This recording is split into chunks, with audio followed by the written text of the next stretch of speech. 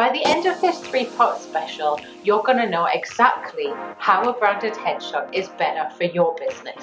So this 3-part special is going to clear up all of that branded headshots confusion for you. So let's flip the screen now, and I'm going to start doodling to show you how you can make sure that your brand is as powerful as it should be, and you're going to be in the very best position to be able to debrief your next brand headshots photographer. This is a doodle task, so I invite you to doodle along with me as I'm talking. I love to use doodling to help me get out my ideas and jog my mind so I can think deeper. We're going to be using 3 frameworks today to play on.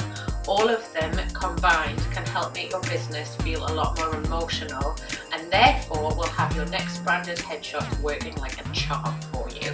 So the first framework, to give you a quick introduction, is a scale of emotions, and I'm going to be bisecting that with a line of where people give a monkeys. The next one is the 5 human senses: sight, sound, smell, touch and taste. And then I'm going to be topping all of that off with the marketing 4 Ps. Now you would have heard of this probably in business, but the 4 Ps are based on price, product, promotion and place. It's as old as the hills, but I find it really helps me. You can get more of my tips and free advice by signing up to receive Annals and Apertures. I keep your inspiration dial turned up to 11 with examples from my client archives, and I deliver quick snapshot ideas direct to your inbox every single week. To join, follow the link in the show notes. This is Valerie and Marge. They have a partnership set up and they do financial planning for female entrepreneurs. They met back when they both worked together in a big financial auditing company. They're very best friends, and they decided to both quit and go out on their own when they noticed that the senior management team was being laid off during the financial dip of 2008. So they've been in business for quite a while now. Some of the things that they have given to me as their branding prompts are based on some of the things I have been told in real life, but they are now very ready to get some headshots done, and they're ready to make them branded. So using our scale of emotion then with Monkey here, this is the first prompt. We want a smile in every headshot. We want them to think that we are really happy and dead friendly. Now, what does Monkey think about that? How much of a monkeys do you care if somebody's smiling in all of their shots? Deeply love or meh? I'm going to go with meh, really. If you're really smiley and happy in every single photo, I think the actual result of that is somebody's just going to think that you're not really that authentic. So let's move on to the next one. We really like the colour pink.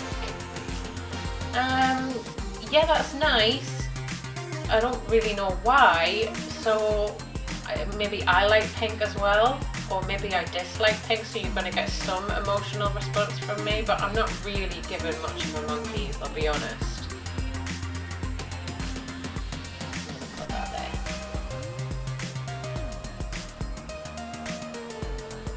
Monkey agrees. Okay, next prompt. We wear clothes to work that feature the colour pink. So that makes us on brand, right? This really riles me when people say this. Being on brand is a lot to do with emotion. I'm sure you can play around with colours, but because I don't really know the emotional reason behind why you like pink, I don't really care if you've got your colours on in your outfit. It doesn't strike any emotional chord with me. And finally, this is a favourite. Let's shoot in the city centre because that seems most professional. Does it? Why do you think that? I don't really care if the cityscape of where you live is behind you. So yeah, I'm not really getting why you want to do that, so I'm just giving that a meh. We'll put that down there. So you can see that all of these prompts are not really highly emotional or divisive, so they're all scoring under the line of giving the monkeys. Now, when I've been briefed like this, I know I'm going to have to get a little bit deeper to really learn a lot more about what the brand is about. So a great way to trigger this off with some clients is to involve the 5 human senses. I might play this game on my own and present it back to the client. Sometimes I get the clients to do this on their own and then report back to me. Or, sometimes we just do it together over beers. So let's work through these 5 senses. What does your business taste like? I like to go really deep on this when I'm mood boarding for a client's branded headshot. Taste can be about preferences, so a client might need to like a set of things before they engage with your business. So in Valerie and Marge's case, they are appealing only to female entrepreneurs who are trying to juggle being a professional with running a household and sometimes a family. So they already have a whole palette of tastes that they can engage with to appeal to these people. Or it could just be a tongue taste, like that feeling you get when you put salt on your tongue. So for Valerie and Marge, we've had a little bit of a conversation about this, and they've both revealed to me that they love to bake cakes and then eat them. They are self-confessed chocoholics, and they both have really sweet teeth. So that's something interesting to add into the mix. Next up then, what does your product or service feel like to touch? So a hugely evocative element, often forgotten about when considering how to construct your brand, is the physical sense of touch. It's very tightly entwined with your feelings, and that's what makes it so powerful. So Valerie and Marge know that there is usually a feeling of stress and anxiety when their clients are dialing into their emotions about finances. So they want to be known for washing away all of that stress and anxiety, and they want to replace that with feelings of love and happy family nesting energy. Now, another way to tackle the sense of touch is to think about a texture, and it can also make it quite divisive. So we ultimately want to be able to speak directly to your perfect client. So is there a texture that you can think of that your clients are going to either love or hate? That instantly dials up that emotional sense. Moving on then, how does your business smell? Now, I'm a real geek when it comes to smelling things. I love the sense of smell. I really geek out with wine. I'm the weirdo who hangs out in the hair aisle sniffing all the products before I pick one out. And smell is also hugely emotional for a lot of people. There's a really good chance that you've never thought about how to pair smells with your business brands. So try and give it a go and deepen those emotions and evoke some proper feelings when it comes to association. Sometimes people find it easier to reverse engineer it. So here's some examples. For me, love and contentment smells are always rooted in rose and lavender. So I have a lot of rose and lavender smells in my bedroom because it helps me fall off to sleep at night. Or what about detoxification and purity smells? I love the smell of lemon, and I am obsessed with anything called fresh linen. So that might be room fragrance or just simply doing the laundry. It always makes me feel really clean and pure. Moving on then to how your business sounds. A lot of people forget this one. Now, after a conversation with Valerie and Marge, they thought of some lingo words, like buzzwords, and they're often things to do with babies and pregnancy, or complaining about the mother-in-law, and sounds of giggling.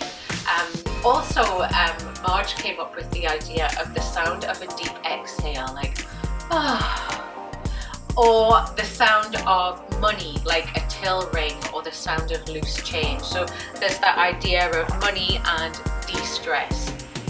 Now, should they go into the world of podcasting, I'd be telling them to add a more robust description of this into their brand guidelines document that we're working on, and they need to give that to the sound production team to make sure that their podcast sounds exactly like how they want their brand to be perceived. So finally then, sight. Probably the most obvious one to think about when you're thinking about any kind of photography to complement your business, and this is where the colour side of things does come in. But a great way to get outside of your own preconceptions about your business is to go out there and ask some of your favourite clients to sum up how your business looks to them with just 3 verbs or adjectives. You can do this just on a DM or a quick text message. And I sometimes give this task to clients to explore and see if there's any disconnect. So sometimes a client thinks that they're coming off to their clients in a certain way, but actually when we go and ask their clients, it's very different, and we can, work on plugging that gap to make things a lot more smooth with the headshots when we know that information. Now, all of this might seem a little bit woo-woo or a little bit weird, but I promise you, when you get more sensory, you're able to move outside of your business, really regard it, observe it, and then ultimately you're going to be able to understand it so much better from an objective stance. So that's it from me until next week in part 2, where we're going to be looking at how to hone in all of your new creative ideas. Until then though, I want you to go out, look, sniff and taste and touch and find the emotions in your brand. Mwah!